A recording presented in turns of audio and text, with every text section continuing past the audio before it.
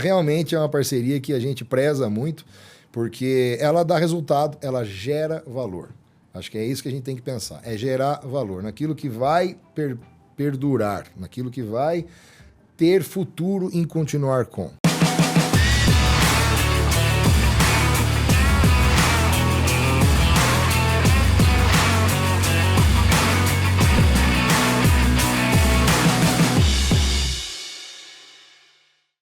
Olá, sejam bem-vindos a mais um Gates Pod. Eu sou a Adriana Cantoni, gerente de marketing aqui da Gates.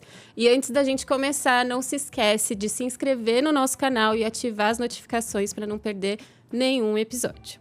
E hoje a gente tem um convidado muito especial que veio lá de Mogi para gravar com a gente, contar a história de uma empresa familiar que aí atravessa gerações já, que é a Barros.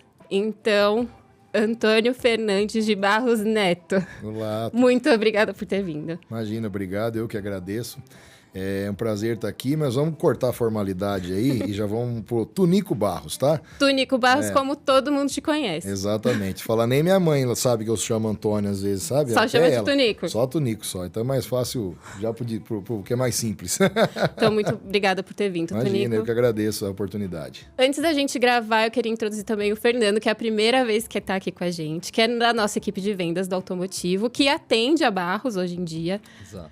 Então, Fernando, antes da gente começar, eu queria só que você falasse um pouquinho da sua história aqui com a Gates, como que você veio parar na equipe de vendas da reposição automotiva. Ok. Bom, a minha história com a Gates, ela inicia lá em 2014, né? Iniciei através da DMC. Basicamente, aí, muitas pessoas no mercado começou pela DMC. Iniciei em 2014 como promotor de vendas. E aí, foi uma trajetória de 4 anos. Depois desse período, eu trabalhei mais um ano em uma outra empresa, né? Através também da DMC. Eu saí, fui trabalhar numa outra empresa de motor, que no caso a KS. E logo na sequência, depois de quase 3, 4 anos lá, recebi um convite para retornar, que a Kelly me chamou para retornar para a Gates, né? E aí então eu retornei em 2023. Esse ano completou 2 anos que eu estou de volta na Gates. Você começou, então, na Gates, seu primeiro contato foi como promotor ali, como promotor de vendas. No campo, os nossos clientes. Atendendo os clientes. Que não deixa de ser parte da Gates também, né? Todos os promotores são sim. partes da nossa empresa. Nesse início, eu atendia muito a autopeça, né? No caso, varejo, as oficinas, né? Fazia todo esse trabalho de campo, né? Era o nosso braço direito aqui em São Paulo, né? Aqui São Paulo. Éramos em 13 e dividíamos a região de São Paulo. Né? Sim. Eu atendia mais a região ali da Zona Sul. O pessoal te conhece, então. Conhece. Quem tá vendo e conhece o Fernando, comenta aqui, que eu quero saber. Isso aí. Deixa os comentários aí, pessoal. Então, vamos falar agora da Barros. A Barros que esse ano está completando 55 anos, certo? Exatamente, de fundação como atacado, né? Desde então. Então, eu quero que você conte um pouco desses 55 anos, como começou a Barros Claro. e em que momento você começou a fazer parte dessa história também. Então vamos lá, a história começa na década de 50, na verdade.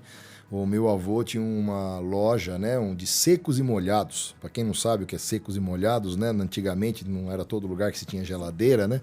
Então é aquelas lojas que vendia farinha, açúcar, tudo ensacado, né, a granel assim, e os molhados eram azeitona, sardinha, carne de lata, aquela coisa toda, né? Meu avô tinha uma loja dessa em Martim Francisco, que é um distrito de Mojimirim.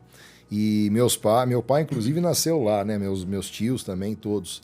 E desta loja dos secos e molhados, ele comprou um posto de gasolina em Mojimirim. Ele vai para a cidade, teoricamente, em Mojimirim. E no fundo do posto, começa a vender peças para carro, né? E aí, naquela época, o que se vendia eram correias, né? Era lona, reparo de bomba d'água, reparo de carburador, de tudo esse parte de manutenção, que a frota era muito curta, né? Eram poucos carros que tinha na época, então a gente conseguia atender ali com uma venda no fundo do posto, obviamente com serviços também que eram prestados no posto e tudo mais. Então começou lá. E aí o negócio foi tomando corpo, dali do posto a gente sai para uma loja ao lado da casa que meu avô tinha, já na rua principal. Monta-se lá, na época, uma casa de peças, né? Que o pessoal falava na época, naquela era, né? E aí essa casa de peças começa a ganhar mais corpo, começamos a vender para fora da cidade, porque Mojimirim passa, né? A ferrovia Mogiana, estação Mogiana, que se divide em várias outras, né, regiões, e dali a gente fazia as vendas por transporte ferroviário, né? Meu pai até conta que ele descia de carrinho de rolemã, a rua principal, arrastando as caixas, tudo, e tinha que pregar as caixas dentro da ferroviária ali, né? Dentro Aí, então ele chegava com as peças, passava-se o invoice na época, né? E pregava a caixa e despachava no trem. Meu pai era moleque e fazia isso, né? Na época. E meus dois tios, que eram os mais velhos, ficavam na loja lá, ainda, né? Já tocando. Depois de lá, a gente sobe por endereço praticamente vizinho de onde começou no posto, e ali sim funda-se a Barros como distribuidora. Sim. Em 1970, 1º de janeiro de 1970. Até icônico falar, moxa, mas trabalhava dia 1º de janeiro? Acho que naquela época sim, né? Então a gente tem dia 1º de janeiro a data de fundação oficial da Barros, e hoje já com 55 anos aí a gente está no mercado atendendo reposição, né? Muito de forma bem focada na linha leve, que sempre foi o nosso forte, né? E a gente está já hoje, né, com mais filiais, etc. Isso que eu ia falar, expandiram. Expandimos. Na época, a Barros ficou até 2002, 2006, praticamente, só com o Mojimirim. Tá. Todo o atendimento era feito com o Mojimirim. Naquela época não existia a subvenção tributária, né? Então, a venda para qualquer estado, saindo de São Paulo ou não, era tributada da mesma forma. Então, a gente tinha uma unidade só. E Mojimirim atendia o Brasil inteiro, via representantes que fazem parte da nossa história, que tem um gancho muito... a gente tem uma alavancagem da nossa empresa muito forte em cima dos representantes. Hoje é uma profissão que está ficando caro, né, para eles rodarem na rua, mas a gente preza muito por isso e tem inclusive programas aí, novidades para falar de representante lá na frente aí, mas a gente está tratando eles com devido valor aí, que foram eles que levaram a Barros o Brasil inteiro, né? Dali naquela época a gente passou a atender o Brasil todo, né, e seguiu depois na sequência montando novas unidades, etc, pelas tendências de mercado e tudo mais, né? Aí você me perguntou como que eu... você foi parar no negócio. Foi obrigado. Não, na verdade eu comecei no negócio contando rebite, né? Como um moleque. A gente nasceu do varejo, né? A Barros nasceu do varejo, como eu disse, na loja que era vizinha da casa do meu avô. E depois, quando a gente montou o terceiro endereço onde a gente está hoje, até pulei de falar isso, né? A gente foi para o endereço que era vizinho da onde fundou o posto. E depois dali, na Rua Marciliano, depois dali a gente foi para Padre Roque, que é o endereço onde a gente está hoje há quase 30 anos já. E esse endereço tem 55 mil metros quadrados, 14 mil metros de barracão. É uma área uma estrutura bem legal, né? Para se conhecer, inclusive. Você cliente ou parceiro quiser ir lá, pode vir com nós lá, né? Vai tomar um cafezinho coado no coador de pano, né? É uma tradição nossa lá. E a gente faz esse trabalho, né, dessa distribuição, tudo aí. Então, como eu comecei? Eu comecei andando de bicicleta, contando rebite, né, no varejo. A gente, meu primo, a gente não saía de lá. A gente andava de bicicleta dentro do estoque, né? A diversão nossa era lá dentro, né? Brincava um pouquinho, trabalhava um pouquinho. Trabalhava brincando, brincava trabalhando, né? Mas você tinha quantos anos? Eu comecei a frequentar lá com 6 anos de idade. Desde criança mesmo? Desde criança. É óbvio que nunca foi trabalho, sim. Sempre foi. Mas nas férias, principalmente nas férias, meu pai, moleque, não vai ficar à toa em casa, não. Vamos embora. Levava para trabalhar. Naquela época a gente podia trabalhar quando era criança. Né? Hoje tem todos os cuidados que são necessários, claro. Sim. Mas naquela época... para nós era diversão. Então, a gente brincava dentro do estoque, tudo, e a estrutura da Barros tem piscina, tem uma série de coisas que a gente acabava, claro, aproveitando. Mas era andar de bicicleta, minha BMX dentro do estoque, dos 10, 12 mil metros quadrados que tinha. Era muito divertido isso daí lá. Então começamos desde criança lá, esse contato existiu desde sempre, né? Desde sempre. E você veio estudar em São Paulo. Então. A gente estava conversando antes, eu captei isso. Você veio estudar aqui. Na verdade, eu fui estudar em vários lugares já, né? Eu fiz intercâmbio, né? Em 96, fiz intercâmbio nos Estados Unidos, fiquei 1 ano e pouquinho lá, Legal. Estudei fora, depois eu voltei, fiz faculdade. E quando a faculdade foi em São Paulo, sim, fiz a FEI em São Bernardo do Campo. Boas lembranças, participei do time de Baja, Fórmula SAE, uma série de sempre envolvido nessas coisas né? E assim, depois que eu me formei, eu volto para Barros, claro, e aí oficialmente trabalhando. Mas eu me vi ali formado em engenharia, né? A empresa é extremamente comercial, apesar de ser totalmente ligado a carro, que foi minha formação, engenheiro mecânico automobilístico, né? Que a FEI tem essa especialidade. Eu me vi ali e falei, poxa, 6 anos estudando, eu não estou vendo aqui um pouco de desenvolver a carreira de engenheiro, Sim. Né? Doce ilusão minha de querer desenvolver engenheiro, né? Coitados engenheiros, nós somos nós. Mas aí eu me deparo com uma oportunidade de trabalhar com uma outra empresa, que inclusive é fornecedor nosso, que é a Sabó. Aí eu passo a trabalhar na Sabó por quase 9 anos, entre Brasil e aí eu sou exportado pela Sabó para os Estados Unidos. Expatriado, fico 7 anos lá. E aí, na sequência, né, dessa história toda, que atropelando um pouquinho a história, mas na sequência, aí no falecimento dos meus 2 tios, do Wilson, em 2008, do Zé em 2009. Em 2010, meu pai se vê sozinho na administração da empresa, junto com os meus primos, tudo. E ele fala, chega de brincar de trabalhar para os outros e vamos trabalhar para nós. Aí eu volto, né? Obviamente, num acordo com a Sabó, tudo certo, eu volto. E começo a trabalhar desde então com várias passagens em vários departamentos lá dentro. Sim. É legal porque você teve essa experiência fora, Sim. Em corporações diferentes, né? E voltou para administrar com a família aí, e tocar o negócio da Barros. E aproveitando esse gancho, a Barros ainda é uma empresa familiar, Sim. Certo? Sim. Com 400 funcionários hoje Quase em dia. 500 já. Quase 500. Mas e como ainda mais você tendo essa vivência em outras empresas grandes, como é que é manter essa estrutura familiar, esse clima familiar, Exatamente, numa empresa desse tamanho? É um dilema, né? Principalmente quando eu volto dos Estados Unidos, em 2011, quando eu ingresso trabalhando na Barros, já com cargo, definições e tudo mais, a gente se depara em modelos de gestões totalmente diferentes, né? A gestão americana, para quem não conhece, é uma gestão não é e pronto, fim de conversa, né?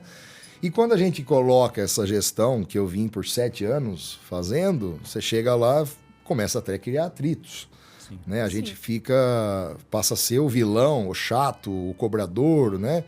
E aí surge até um termo dentro da empresa lá que é tunicada. Já tomou essa tunicada de hoje, né? Então, por quê? A gente não aceitava. Então eu tive que passar por um processo de adaptação muito forte, assim, de calma. Espera aí que você não está nos Estados Unidos, você não está lidando com GM, Ford, né, Getrag, qualquer outra empresa, Borg Warner, todos os fornecedores que a gente tinha como clientes. Vou dar um passo para trás, respira, conta até 3 e começa de novo, né? E foi isso, essa gestão, a gente volta depois desse tempo e faz esse trabalho, né? A gente até tinha, na sucessão, a gente, né, da transição do tornar-se profissional, a Barros, ela não é profissionalizada. Sim. Por que eu digo não é, né? Porque nós passamos no processo com a Beinhofen, no passado, com relação a fazer a sucessão familiar. Né? Isso foi um processo assistido por um consultor, a Beinhofen, na época, que nos ajudou. Criamos os estatutos e tudo mais para como ingressar, o que pode fazer, quem pode, quem não pode, como deve, como não deve. Inclusive, foi até uma exceção, vamos dizer assim, o meu regresso, porque uma vez que não estava mais na empresa acima dos 18 anos, não poderia ingressar, a não ser que fosse extraordinário, que foi o que aconteceu, como meu pai não tinha nenhum representante na empresa, aí a gente reuniu a família aceitou e eu passei a trabalhar. E lá, desde então, né, passei por produtos, compras, logística e cheguei depois em vendas e marketing, onde eu estou, e abraço logística de volta. Passei por TI também, uma série de departamentos. Quase tudo. Só não passei por financeiro e fiscal. Tá. Não é também são muito específicos. E não é muito minha cara, né? Imagina eu no fiscal, né?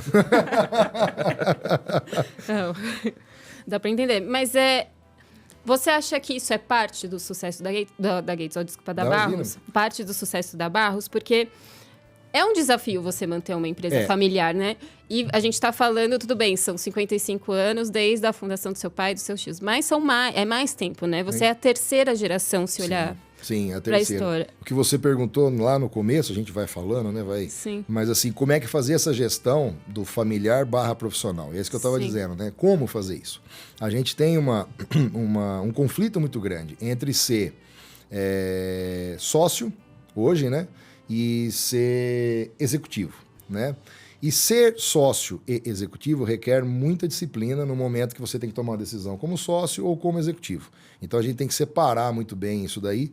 E essa gestão familiar que a gente traz para Barros é o calor humano, é a presença, é o acesso direto, é não ter muitos passos, né? Muitas barreiras, ou a gente é muito acessível junto aos funcionários e a todo mundo, né?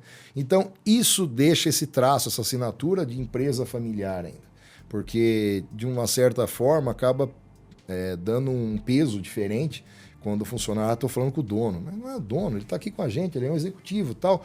Então, cria você é o dono, mas você está no dia a dia da operação. Está no dia a dia com todo mundo. Então, criar esse respeito, essa forma humana do tratamento, não só profissional, né, não só hierárquico, isso traz essa assinatura da Barros como empresa familiar ainda, né? A gente tem esse carinho muito grande com os colaboradores, né? Principalmente também com os fornecedores e, obviamente, nosso rei cliente, né? Não tem nem o que falar. Sempre essa trajetória de muita simpatia, muita acessibilidade, muita tranquilidade no lidar sem formalidades. É uma cultura de empresa familiar. Exatamente. Com uma gestão profissionalizada, porque a gestão ainda é familiar, mas com uma profissionalização ali por trás. Sim. E com certeza isso também engaja mais os funcionários, que é o que você falou, traz essa ar de proximidade. Proximidade, exatamente. O que também não é tão fácil, porque são muitos funcionários. É até uma faca de dois gumes, né? Porque do mesmo jeito que ele se acha que está falando com o patrão, também ele se vê no direito de fazer coisas que talvez não fossem normais para se falar com o executivo ou com o patrão. Mas essa proximidade a gente vem tratando isso tranquilamente com anos e é uma assinatura nossa. Eu acho que vale a pena a gente manter dentro, obviamente, dos limites ali que o profissional precisa ter, né? Tratativas e tudo mais, né? Sim. Com certeza. Com certeza. Agora vamos falar um pouquinho mais das estratégias comerciais da Barros. O primeiro tópico que eu queria explorar um pouco e que a gente vê, né, quando entra até no próprio site da Barros, percebe, é a venda online. Isso aí. Sendo uma empresa que está aí há mais de 50 anos nesse mercado, que já passou por diversas modificações. Uhum. Como que a Barros vê, óbvio, vocês estão, é porque tem alguma importância, mas como vocês trabalham isso dentro da estratégia? Como você vê o crescimento desse canal? Como isso repercute aí no relacionamento com os clientes? Tá. Queria a sua visão mesmo da venda online dentro do mercado de autopeças. Vamos voltar um pouquinho no tempo, né? O que trouxe a Barros até onde ela chegou num dado momento, que foi a famosa lista de preço da Barros, né?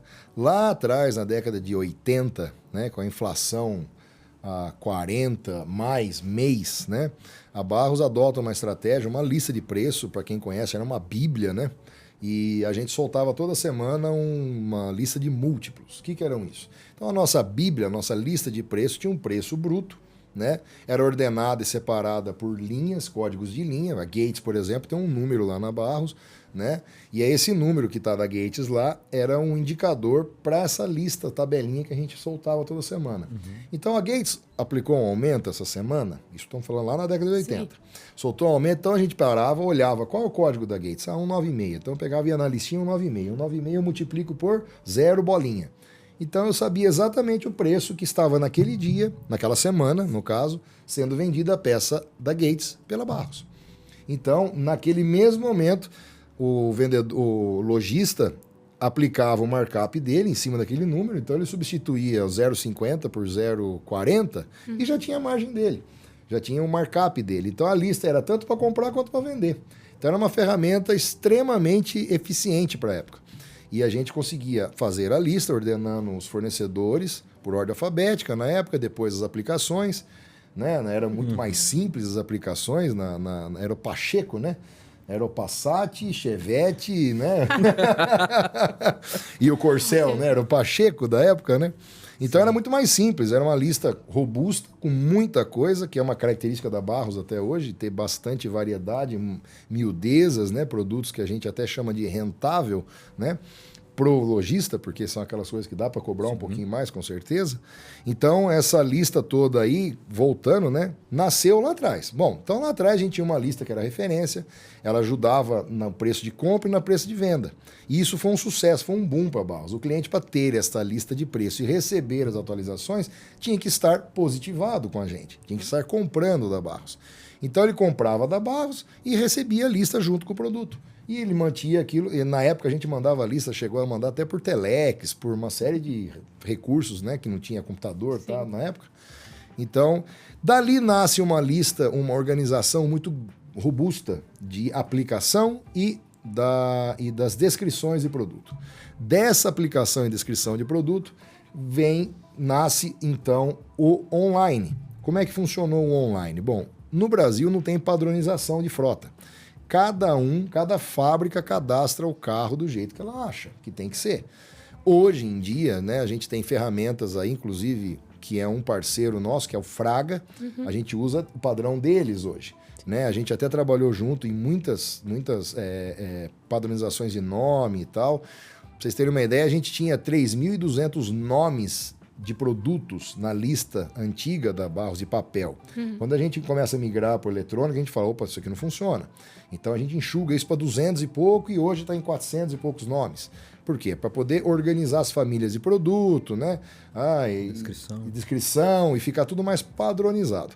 Quando a gente conseguiu organizar tudo isso daí e padronizou também a frota, com o Fraga, junta-se os dois e aí a Barros passa a ter um catálogo online, né? Com padrão de frota, com padrão de descrição de produtos e toda a história das aplicações, das maneiras de escrever, né? E isso forma um cadastro muito robusto que a gente conseguiu montar via robô, né? Robozinho de informática que faz essa junção, né? Uma série de programações, tudo, e a gente consegue colocar um online. Mas aí o online a gente passa por algumas experiências, né? Começa a fazer o site que é o B2B, né? Que seria para lojista, e também entra no B2C via Mercado Livre e outras frentes. Mercado Livre, até estava comentando com o Fernando um pouquinho antes aqui, a gente entende um mercado um pouco mais conturbado, né? As concorrências lá não são no mesmo formato do que o nosso mercado faz, que é a cadeia de distribuição, de uma certa forma, toda bagunçada, mas ela existe, né? Dentro do Mercado Livre isso perde totalmente. Então a gente até tira o pé um pouquinho do Mercado Livre para poder refocar, né? Focar de novo dentro do nosso trabalho com B2B, que é o foco nosso. O B2B vem crescendo, já tem 3 para 4 anos, que ele tornou-se realmente um braço de venda nossa tem 1 ano e meio, quase 2, nem isso. Então, o foco de vocês é realmente vender ali para o varejo, vamos dizer, dentro do B2B, sim. Essa venda online é focada... É ter aquele caderninho que fica no canto, que nem antigamente tinha o caderninho. Hoje todo mundo faz isso, né? Pouca gente tem tempo, primeiro, de receber representante, de receber ligação dos vendedores. Eles querem trabalhar muito no eu mesmo faço, né?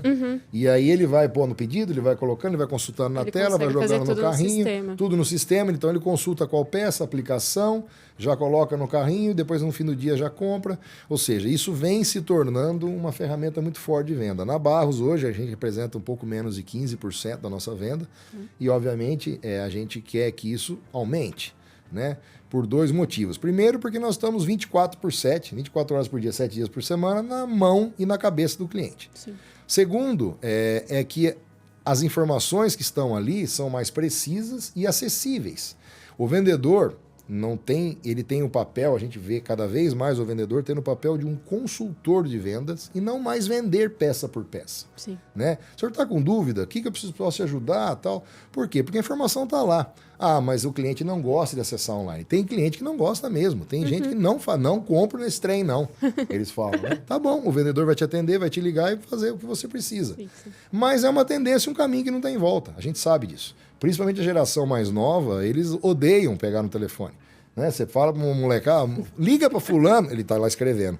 Eu falei, posso mandar mensagem? Eu pedi para você ligar. Não, já tô falando já tô com ele. falando, mais rápido. Pera um pouquinho, você não tá falando, você tá conversando.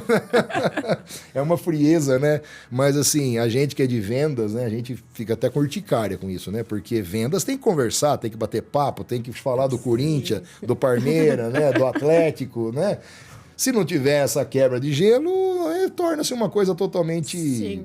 Mesmo focando no B2B, mesmo a pessoa comprando ali no online, ela ainda tem esse relacionamento com a Barros, não tem? Exato.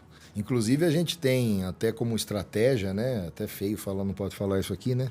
Mas assim, a gente coloca os nossos vendedores como padrinhos do cliente dentro da plataforma. Por quê? Porque o vendedor, a primeira coisa que ele vê, que ele pensa é: ah, meu Deus do céu, a plataforma vai tirar meu emprego. Vou ser substituído por um programa de computador. Né? Não é verdade isso, gente. É o que eu estava brincando, né? A gente tem que falar do Corinthians, do Palmeiras, a gente tem que quebrar o gelo, a gente tem que falar, lembrar do dia do aniversário. E não adianta uma mensagem do WhatsApp por um CRM inteligente, mandar, olha, feliz aniversário, um monte de palminha assim. Que valor tem isso? Isso não gera valor para o cliente. A gente tem que pensar em gerar valor. E gerar valor para o cliente é ligar, ô Zé, tudo bom? Como é que você tá? Parmeirão, ontem meteu 3 no galo, hein? Que bom, cara, feliz para nós. E feliz aniversário aí da sua esposa, do seu filho. Isso gera valor. Mandar palminha no WhatsApp ou num e-mail, gente, isso todo mundo faz desde a década de 80, 90. E a gente já sabe que isso aí tem vida curta, é voo de galinha. A primeira vez você surpreende, a terceira você já tá pé da vida que você tá vendo outro e-mail de feliz aniversário da loja 100. Faz 10 anos que eu não compro na loja 100, eu recebo e-mail até hoje da loja 100 comprando de aniversário, né? Então a gente tem que gerar valor. E é um pouco disso que eu tô falando, né? Sim. Da gente, então, como que a gente pensa de forma estratégica o B2B? Deixando ele linkado com o vendedor. O vendedor tem que se sentir parte do negócio, porque o negócio não vai existir sem o vendedor. Vai comprar online? Vai fazer sem a presença humana? Claro que vai. Não sejamos até hipócritas em falar isso, né?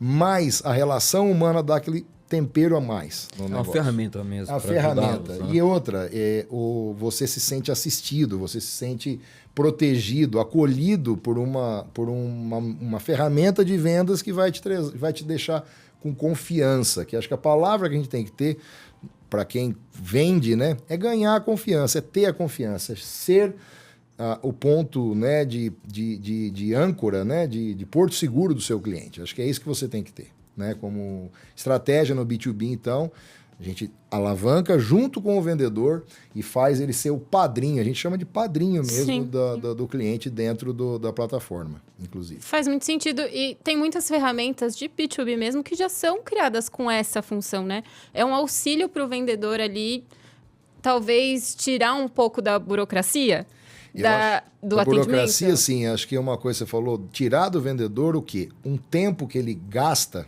Eu não posso nem falar em investir, porque às vezes, hoje, o mercado tem muita possibilidade de oferta de compra. Né? O nosso cliente ele pode comprar de N distribuidores, de N lojistas, de N plataformas, né? Infinitas opções. Então, o que acontece? O vendedor passa muito tempo respondendo simples cotações. E isso tira um tempo precioso dele, que é de gerar essa relação com o cliente, de construir o relacionamento com o cliente. Então, eu até fico muito pé da vida quando eu entro numa sala de venda, tá todo mundo aqui, ó, né, parecendo pianista. Sala de venda tem que estar no telefone, gente, tem que estar ligando, falando, porque pianista, o robô faz. A gente tem um robô na base que responde cotação. Você manda a sua cotação, eu recebo ela, transformo ela num Excel, jogo dentro do robô, o robô devolve e devolvo no site. Eu não preciso de um vendedor para fazer isso. Por quê? Porque isso não gera valor.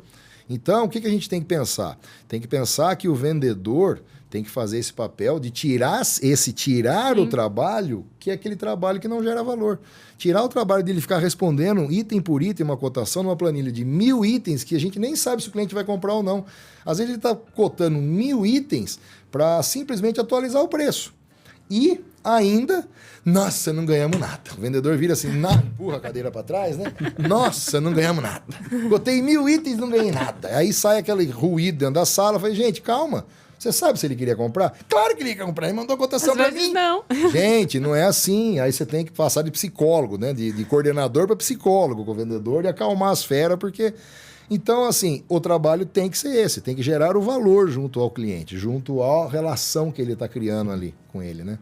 Sim. E agora mudando um pouco de tópico, além dessa venda aí B2B, essa venda independente, como ela é feita, a venda, né, no atacado, a gente conhece na Barros também o atacarejo. Sim. Que você contando um pouco da história da Barros me fez muito sentido, mas eu queria explorar um pouco, para quem não entende, né, o atacarejo, aí que a maioria entende, e isso acontece em diversas indústrias, é você atuar tanto no atacado como uma operação também de varejo ali, atingindo diretamente esse cliente final. Como que a Barros encaixa isso também? E eu acho que talvez venha um pouco da história da Barros, Sem do dúvida. DNA da Barros. Sem dúvida. E como vocês administram isso hoje em dia? Porque a Barros está crescendo, cada vez mais se destacando, mas não deixa de ter esse pezinho no varejo. Como que é isso hoje em dia? Assim, o atacarejo é uma forma de estar mais próximo do cliente, né? Você, como atacadista, você acaba atendendo lojas ou quem dirá, né? Hoje, os atacados, grande parte deles também vendem para aplicadores, né? A gente acaba tendo... O problema de vender para aplicador é a flexibilidade. O aplicador requer muito mais flexibilidade no atendimento. Poxa, essa peça não serviu, devolve, manda outra para mim, que essa aqui não deu, tal. Então, o atacadista não consegue fazer essa dinâmica que o aplicador precisa. Então, como que a gente enxerga o atacarejo? O atacarejo é uma vertente de estar mais próximo do cliente. E qual a estratégia da Barros? A estratégia da Barros é onde eu não estou vendendo, onde eu não estou participando. Qual região que eu não estou, que talvez ali não faça sentido uma loja de atacado. Não faz sentido. Então, eu vou lá e entro como atacarejo, que é o quê? Trazer essa relação próxima e essa dinâmica junto ao cliente. Então, para a gente poder fazer um atendimento mais assertivo, mais personalizado e mais direto junto ao cliente. E, obviamente, quando você vende na ponta, você não está pulando o elo da cadeia, porque o nosso mercado hoje, a gente sabe, né? É todo mundo vendendo para todo mundo. Não existe aquela cadeia clássica, né? Sim. Fabricante, distribuidor, lojista, aplicador e consumidor final. Hoje, você tem Mercado Livre, você tem sites dos próprios fabricantes e gente que compra direto e atravessa estado. É uma maçaroca só, né? Então, qual é a intenção? Estar próximo do cliente, trazer a oportunidade e, principalmente, trazer para as fábricas, que é um ponto bem interessante que a gente preza muito. Como a Barros tem essa relação direta com a fábrica, é levar a fábrica com essa relação direta com o aplicador. A Barros consegue fazer essa ponte de forma direta, de forma bem sintetizada ali, né? Com um programa de relacionamento, de fidelidade junto ao cliente, as fábricas participam. Aí tem uma série de eventos e tudo mais. Aí quem conhece e está com a Barros aí sabe deles, no Barros Prime, Lauto X e tudo, o nosso book de marketing, tudo isso aproxima a fábrica com o aplicador, porque a fábrica não tem... Não é que vocês são incompetentes, não. A fábrica não tem a competência e nem o DNA de fazer uma venda direta. Então, ela precisa dessa ponte do meio, onde entra a Barros. Então, eu compro a granel e vendo unitário, né? Eu compro em pacote e vendo por peça. Ou seja, e recebo a devolução do cliente e mando de novo. A fábrica não tem esse DNA. Então, faz parte de um elemento no meio onde a Barros se encaixa como distribuidor e quando passa a ser atacarejo, é simplesmente está onde a gente não estava, onde não faz sentido ter uma distribuição, porque ali não tem lojistas ou não tem mercado suficiente para absorver uma operação de atacado, e a gente entra com essa operação de atacarejo. O que é o atacarejo? Eu preservo os meus clientes, que são atacadistas. Então, quando eu monto uma loja, vamos colocar um exemplo, eu monto uma loja numa cidade X, a gente estuda quanto que eu estou vendendo nessa cidade nos meus últimos 2, 3 anos. Qual é a minha perspectiva, tendência, etc. Então, qual é a população? Frota circulante, consumo de combustível, né? Quais cidades vizinhas, né, são atendidas por essa cidade? E aí, junta esse pacote todo, bate no liquidificador e fala, aqui cabe. Aí a gente vai lá, cabe, mas eu vou preservar o meu cliente original daquela cidade. Como? Vendendo para ele como atacado. Continuo vendendo para ele como atacado. Passo a atender. Em nenhuma dos pontos de vendas que nós fomos, a gente teve regresso de venda destes clientes que já eram nossos. Muito pelo contrário. nenhuma dos pontos de venda nossa, a gente não deixou de, no mínimo, dobrar a venda com esses clientes que já estavam lá. Por quê? Porque você está próximo do cliente, você está prestando o serviço para o cliente. E ele até brinca, não, pera aí que eu vou buscar lá no meu estoque. Meu concorrente, de onde eu montei minha loja de atacarejo, liga, fala para o cliente que chegou, vou buscar lá no meu estoque. Meu estoque somos nós. Que ótimo, estou participando do negócio. Tá tudo certo. Mostra que a estratégia deu certo. Funciona. E a gente está, obviamente, buscando essa vertente como estar mais próximo do cliente. Essa é a ideia. Por quê? Porque isso traz para a empresa uma velocidade, uma saúde, uma estratégia de longevidade maior do que simplesmente ser mais um atacadista vendendo peça. Sim. Você comentou aí dessa questão da Barros levar até as fábricas, né, para perto dos clientes. E eu posso falar que pela Gates, que a gente também já participou, o famoso book de marketing, a gente recebe todo ano e participa de algumas ações. E eu queria agora explorar, de fato, a nossa parceria. Como que desenvolve, talvez o Fernando possa falar aí o seu dia a dia, como que você, visto que a Barros, o Tonico, pelo menos, já é bem exigente com os vendedores. Deu para ver. Não só com os vendedores. Que diga-se os feirões, né? É isso aí. Então, como que é esse dia a dia com a Barros? Queria que vocês explorassem um pouco esse portfólio da Gates, como que é trabalhado ali dentro. E aí eu deixo aí para vocês dois falarem. Bom, basicamente, né, só complementando um pouquinho que o Tonico também comentou, que assim, toda essa mudança que teve, né, sair um pouquinho da cadeia e tal, foi necessário até mesmo por conta para atender essas regiões um pouco de difícil, vamos dizer, de difícil acesso, né? Então é necessário ter essa estratégia também de vendas dentro do atacado, né? Incorporar esse atacarejo, né? E é benéfico isso para as fábricas, né? Que a fábrica consegue atender através do seu cliente, esse, vamos dizer, o consumidor final, né? O aplicador ali, né? Diretamente. E dentro desse modelo, a fábrica ela vai conseguir ser beneficiada justamente para levar informação para eles, né? Porque existem clientes, como no começo você falou, Tonico, que ele não quer saber da informação ali online. Ele quer o papel ainda. Ele quer o tete-a-tete. E isso é muito importante, né? Principalmente para o vendedor, né? Ele precisa ter esse relacionamento. Então, a fábrica ela se encaixa ali, né? De estar junto com a distribuição ali, justamente para atender esse cliente, através de uma palestra, através de uma visita diária, né? Que as fábricas fazem isso juntamente com eles. No dia a dia, a Barros tem uma ação interessante, né? Que é um dia na Barros. Exato. Você pode trazer o cliente e a fábrica participa disso, que está dentro do book, né? Os feirões da Barros, você traz o cliente para dentro do distribuidor para entender, e aí tem essa interação com a fábrica, né? Isso é muito importante no dia a dia, né?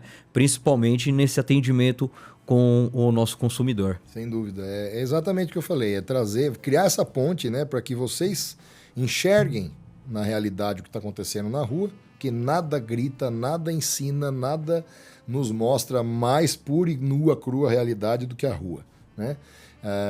É fácil ser teólogo de escritório, né? Como se fala, é fácil falar da fome depois de comer uma feijoada. É a mesma coisa, é fácil falar do mercado sem estar na rua.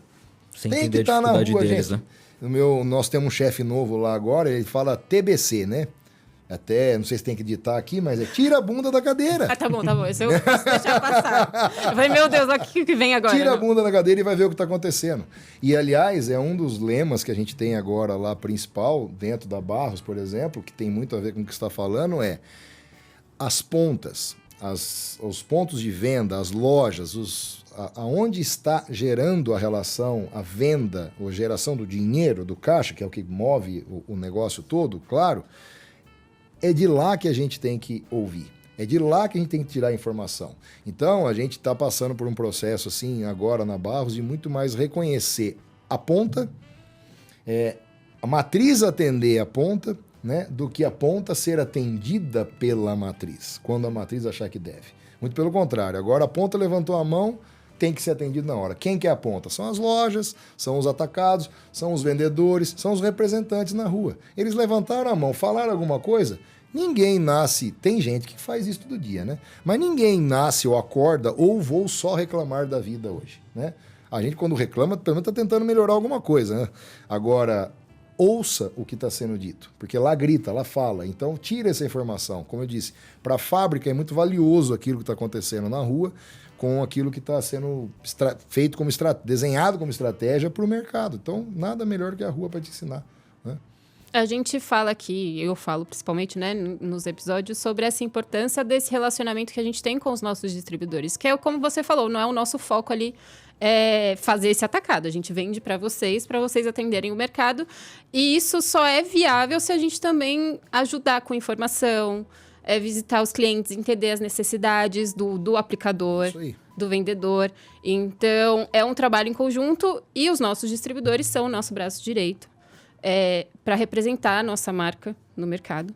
E estamos sendo muito bem representados pela Barros. E uma bela marca para trabalhar. Zero problema para a gente discutir. Meu, Gates, vou fazer um merchan aqui, tá? Por favor. Aquele que me ouça lá, né? Mas é assim, gente, Gates é uma empresa fantástica para trabalhar. A gente tem uma parceria, eu nem sei contar quantos anos são, né? A gente vem numa crescente, passa mais de 20, 30 anos já, acredito eu. E a gente vem numa crescente de mercado, somos monoprodutos, inclusive, de Gates, né, dentro da Barros. Não tem o porquê ter outra marca. Não tô puxando não pedi para falar isso não, tá? Não pediu ele nada tá para mim, não. Espontâneo, né? Não pediu nada, não. Realmente é uma parceria que a gente preza muito, porque ela dá resultado, ela gera valor. Acho que é isso que a gente tem que pensar, é gerar valor naquilo que vai perdurar, naquilo que vai ter futuro em continuar com. Porque tem coisas que são voos de galinha, como a gente costuma falar, e não adianta nada. Você ganha dinheiro agora, mas daqui a pouco, como é que eu vou fazer? Né? Será que vai funcionar? Vai adiantar? Vai ter outro no lugar? Vai ter alguém fazendo aquilo também e me furando os olhos? Né? Então a gente tem que prezar muito por isso também. Né? Isso faz parte da cultura da empresa também. Com certeza. Sim, você falou bastante. Isso aqui dá para perceber, claro, que gerar valor está no foco aí da Barros.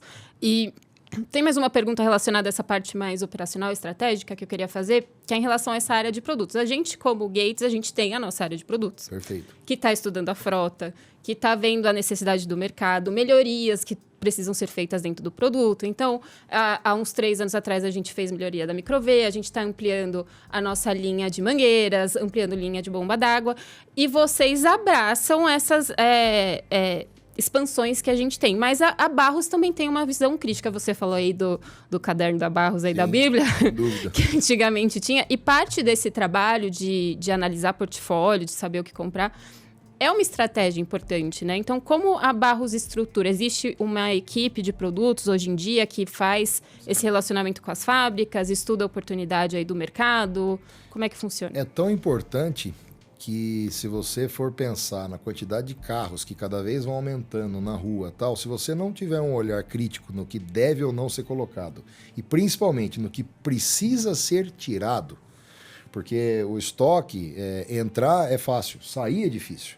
Quando você se depara com um produto que já está slowing down, está na cauda longa, está terminando o ciclo de vida dele lá, cada vez fica mais difícil vender aquele produto. E na hora que você toma a decisão de parar, meu Deus, é 6 meses no mínimo para você acabar de ver aquela cara. Com muita sorte, 6 meses para você parar de ver aquele produto na tua prateleira.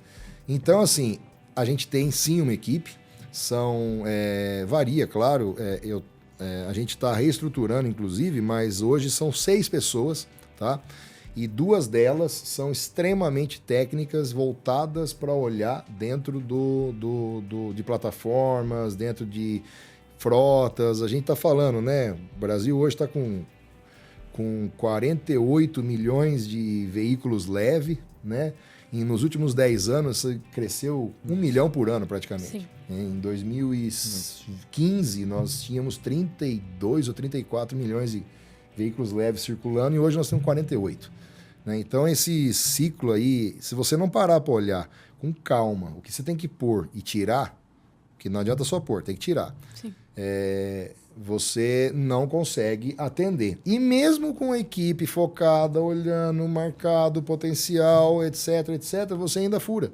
Você ainda deixa de participar em algumas situações. Então, assim, a equipe tem que ser focada, sim. Tem que ser pessoas que são... Se não for apaixonado por carro, não adianta fazer parte da equipe.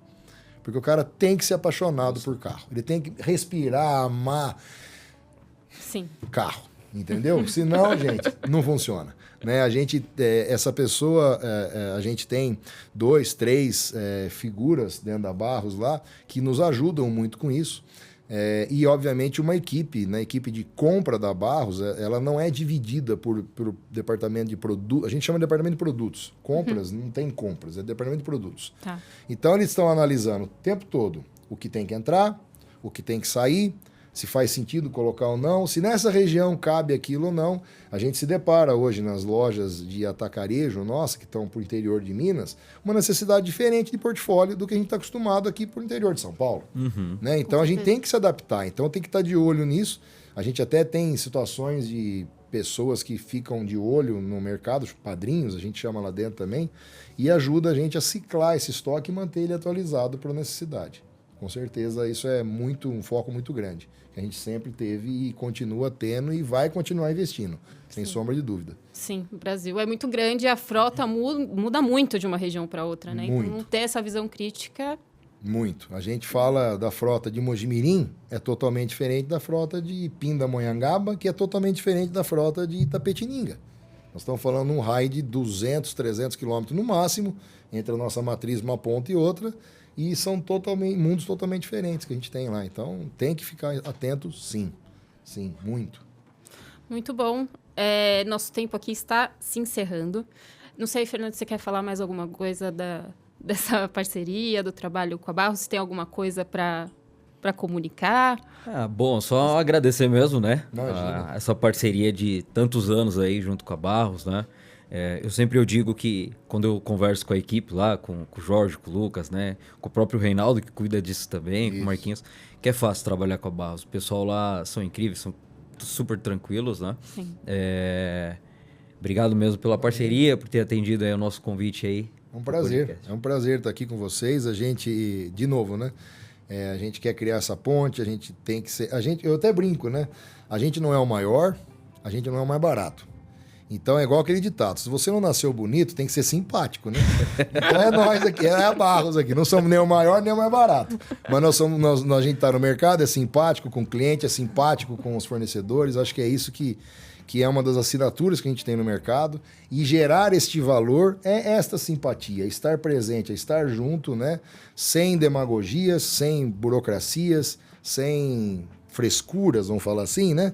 A gente é direto ao ponto e vamos fazer acontecer, que é o que precisa ser, porque, né? Nada melhor do que pegar um voo sem escala, né? Exato. Voo com escala, meu Deus, a mala some, se atrasa... Só dor de cabeça. Só dor de cabeça. Então, voo sem escala, direto e reto ao ponto, sem demagogia, sem burocracia e sem frescura. Muito bom. Tem alguma novidade, alguma coisa que você quer antecipar ou você quer voltar aqui depois? Pode convidar de novo aqui, que o brigadeiro e o café estavam uma delícia. Mas a gente tem, claro, novidades, a empresa não para. A gente acabamos de contratar uma gestão, contratamos um chefe para nós, né? Como eu disse, nós, como sócios, né, e diretores, decidimos, na reunião de conselho, contratarmos um chefe para nós. Nós temos um diretor-geral hoje que está nos assistindo, nos ajudando nas novas estratégias da empresa para os próximos anos. Estamos desenhando um novo 5-year plan, né, que é o plano de 5 anos, né, dentro da empresa, com esse olhar voltado, né, com um pouco mais de cuidado, sempre com o cliente, com o colaborador e com a ponta que faz o relacionamento, buscando, obviamente, o valor da cadeia. Sempre é o que tem que colocar, né? De novo, então, estratégias novas, tem coisa nova para vir, sim, mudanças para acontecer, sim. Não vou dar spoiler agora, não, a gente guarda para a próxima oportunidade, mas tem coisas para acontecer, sim. Se Deus quiser, nós estamos nos ajustando sempre, né? E buscando o melhor no posicionamento junto ao cliente, ao fornecedor e junto ao mercado como um todo. Muito obrigada por ter vindo, Tonico. Imagina, eu que agradeço. Ter viajado aqui para gravar comigo. Nada, que isso. Muito sucesso, eu tenho certeza que a Barros ainda vai crescer muito. Amém. A gente vê a história de sucesso aí de 55 anos, que vem ainda muitos pela frente. E obrigada pela parceria. Imagina. Sempre. E por hoje é só, pessoal. Se você tá ali na região, quer saber mais, quer comprar ali da Barros, não sabe, pode entrar em contato com o nosso 0800, que eles têm o contato ali do pessoal da Barros, eles podem ajudar vocês. Qualquer dúvida também pode comentar aqui, que a gente volta, o Tunico volta para responder depois, né, Tunico? Vamos fazendo uma sequência desse bate-papo aqui, com certeza.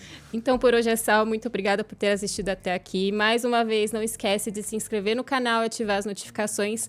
Segue a gente também nas redes sociais. Segue a Barros é muito ativa no Instagram. Sim, bastante. Qual que é o Pode Instagram seguir. da Barros? AP Oficial. Barros AP Oficial. Barros AP Oficial, então segue eles também. Eles também falam sobre a Gates lá, então pode seguir. E por hoje é só. Até a próxima.